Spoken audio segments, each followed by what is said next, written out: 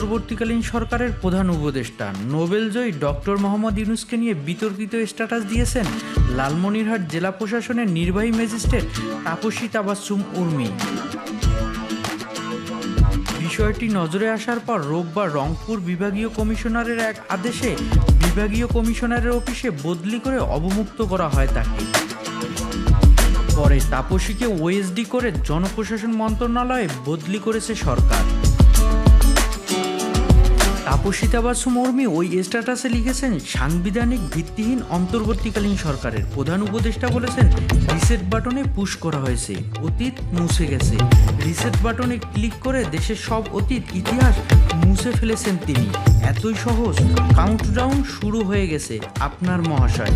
তবে একটা বিষয় আপনাকে ধন্যবাদ জানাতেই হয়।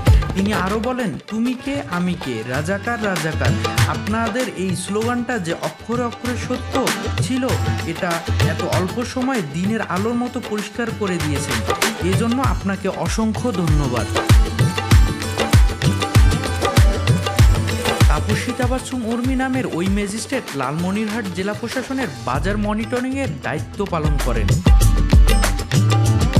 শুধু এই স্ট্যাটাস নয়, এর আগেও সোশ্যাল প্ল্যাটফর্মে নানা বিতর্কিত পোস্ট দিতেন তিনি।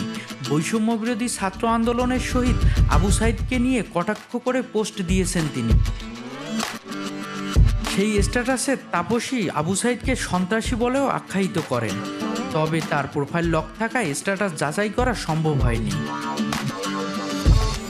তাপসী তাবাসসুম উর্মি শিক্ষা জীবনে ছাত্রলীগের রাজনীতির সাথে যুক্ত ছিলেন বলে জানা গেছে। এছাড়া তার সামাজিক যোগাযোগ মাধ্যম ফেসবুকে বিভিন্ন সময় আওয়ামী লীগ রাজনীতি সংশ্লিষ্ট পোস্ট দিতেন। শেখ হাসিনা দেশ ছাড়ার পর তার সাফাই গেয়েও স্ট্যাটাস দিয়েছেন তিনি।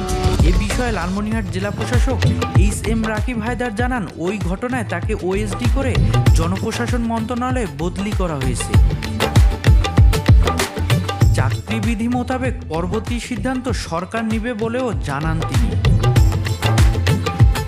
স্থানীয়রা বলেছেন, আওয়ামী লীগ সরকারের দোসররা এখনও প্রশাসনে বহাল থাকায় সংস্কারের কাজ করতে বেগ পেতে হচ্ছে অন্তর্বর্তী সরকারকে। তাপসী তাবাসসুমের মতো অনেকে লুকিয়ে থেকে অন্তর্বর্তী সরকারকে অসহযোগিতা করছে। Shariful Islam, BBN news.